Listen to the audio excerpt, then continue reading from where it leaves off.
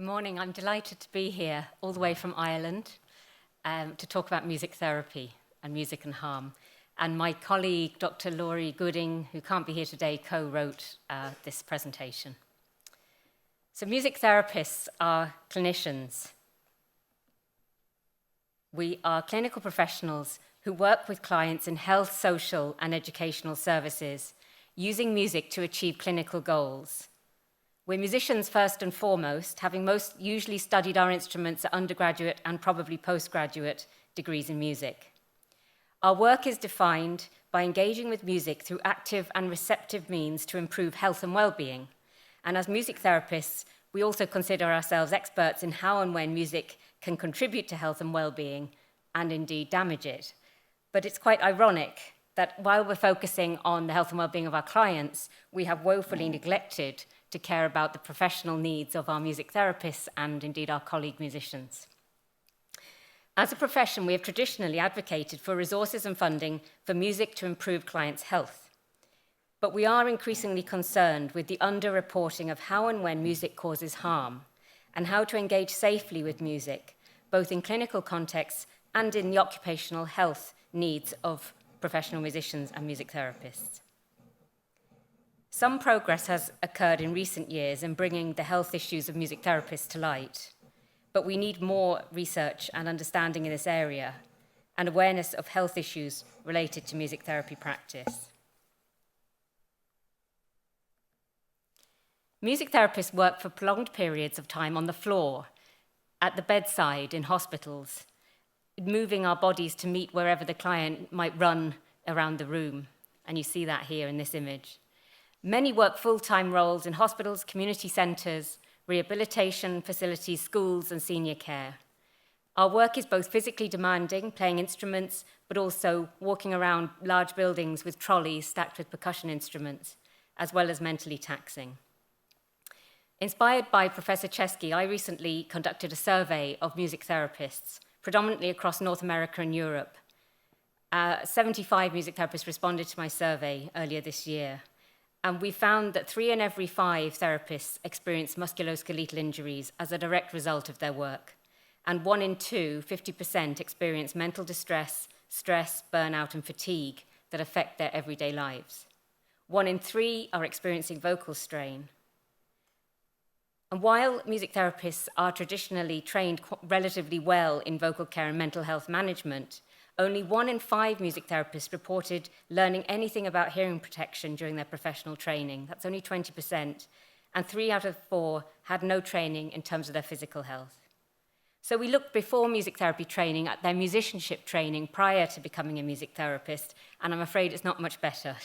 40% had received educational training in musculoskeletal injury in previous musicianship training, and only 20% had heard of risk to hearing. These results are stark and demand our attention. Burnout is also a pressing issue impacting many music therapists and indeed musicians. Burnout is a psychological syndrome that develops in response to chronic interpersonal job stressors. And a recent integrative review indicates that the work environment for musicians and demands from employers are important factors in determining the level of mental strain experienced. It's important that musicians and music therapists are trained to be able to negotiate their working conditions, to request health breaks, and assert their occupational needs. And if you add to that stress the insecurity of pay, the insecurity of jobs in the music world, you do have a bit of a pressure cooker of stress. Music therapists, I think, can also support musicians in regaining their health and balance following these sort of crises in their career. A leading music therapist in Norway, Gru Trondalen, has developed a music therapy approach for musicians. Her research indicates that engaging in music therapy may support professional musicians to strengthen their identity, most importantly, to reignite their love and relationship with their primary instrument, their job, and themselves as both musician and a person. And it may help them to nurture their personal and professional resources, increase self-awareness and self-agency. We recommend exploring music therapy as a resource to support musicians to integrate and balance the physical, mental, and existential dimensions of a musician's life, while supporting excellence in teaching and performance and an enriched personal life. Music therapists' own health and well-being is intimately connected to safe and ethical practice. It's important that knowledge and awareness of caring for our own health and well-being begins in education and training programs. And what the slide you see here is a continuing professional development seminar that we held earlier this year. We've identified issues in the music therapy curriculum that need to be addressed, such as stress and self-care practice, the need for strategies to support students with disabilities, for additional vocal health training.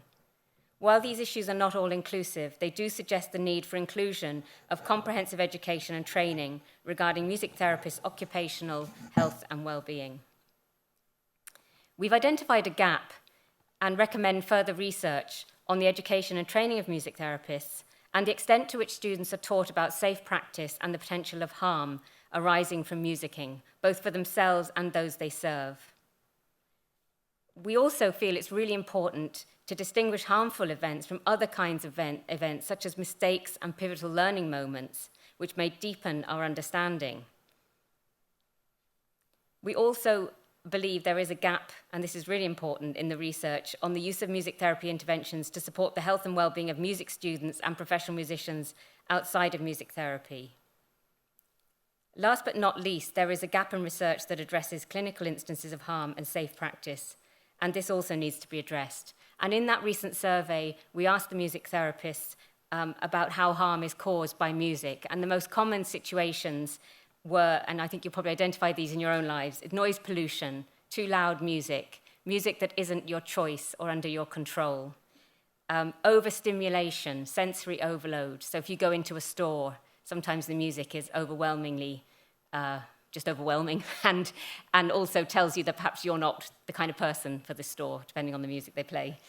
And negative associations with certain types of music. And then, of course, performance anxiety. These are detrimental to all of our health. And I used to worry a lot when my children were preschoolers, when I used to go to the end of semester concert, about the volume of music for those kids under 5. It was always far too loud at the end of a busy day when your 4-year-old is already hyper and eating sweets. You know, it was just a nightmare, really. But these are catastrophic situations in our hospitals and healthcare situations for neonates, for people with acquired brain injury, to be so overstimulated by loud music that people feel is going to do them good. So we're primarily concerned with the beneficial application of music strategies and interventions to advance or support a client's therapeutic goals. But the positive effects of music interventions for diverse clinical populations may be well established. But then, if that's true, the reverse principle is also possible. Music can be harmful. The same power of music to influence people's behaviors, thoughts, and emotions may also become a source of distress if not insightfully understood or monitored.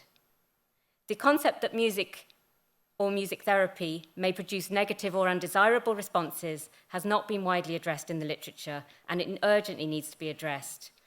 The same is true for occupational hazards facing music therapists. Not enough attention has been focused on this in the literature. And I want to just give you one brief example. If you think of somebody you love at a funeral or a wedding, the piece of music that will immediately remind you of that person, transport you to a lovely memory of that person. And I worked with a man who had had a stroke in hospital, and I was sitting beside him, and a visiting musician came in from a local academy to play, and the song had him pretty much having a breakdown, because that song was a song he danced with his wife at his wedding, and he could not see a future where he would be able to dance again, or even leave the hospital again. So I think we need to be very careful about music in general, where we use it and how we use it. The funding for music as a health resource is now quite substantial, especially here in America. The resources allocated to addressing and understanding that music causes harm is less abundant. I may be going a bit left field here, but I wanted to mention some of the ways music causes harm.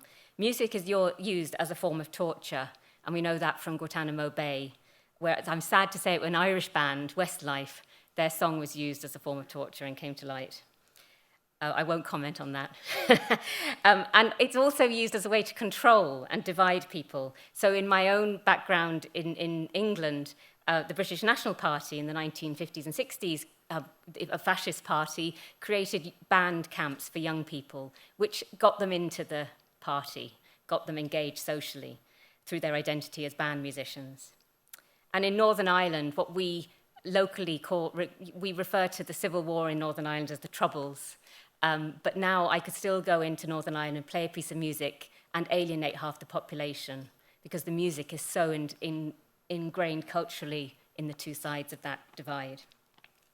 Health is both a resource and an act of participation that changes over the course of one's life.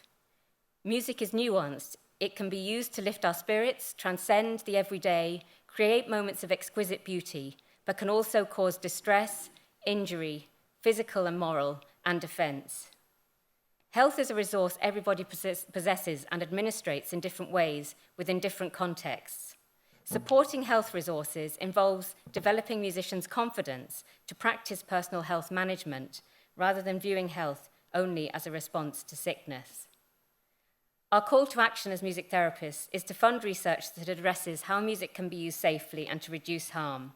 This includes exploring how we can best prepare future music therapists to manage their own health and well-being across their lifespan, and for musicians to stay well. Musicians have an extraordinary, rich role in life in communicating this amazing, beautiful thing we call music. It's an absolute gift to society, but we need to look after our musicians. We encourage the development of best practices for raising awareness and teaching safe and effective health and well-being practices to students. We recognise that some practices can be shared across music students, but there are also unique needs. So consideration should be given to both universal and unique strategies and practices. Finally, we urge our Academy colleagues to recognise the resource that is music therapy within the walls of the Academy, to engage with us in co-creating safe training and relevant research programmes to address musicians' occupational health needs. Thank you.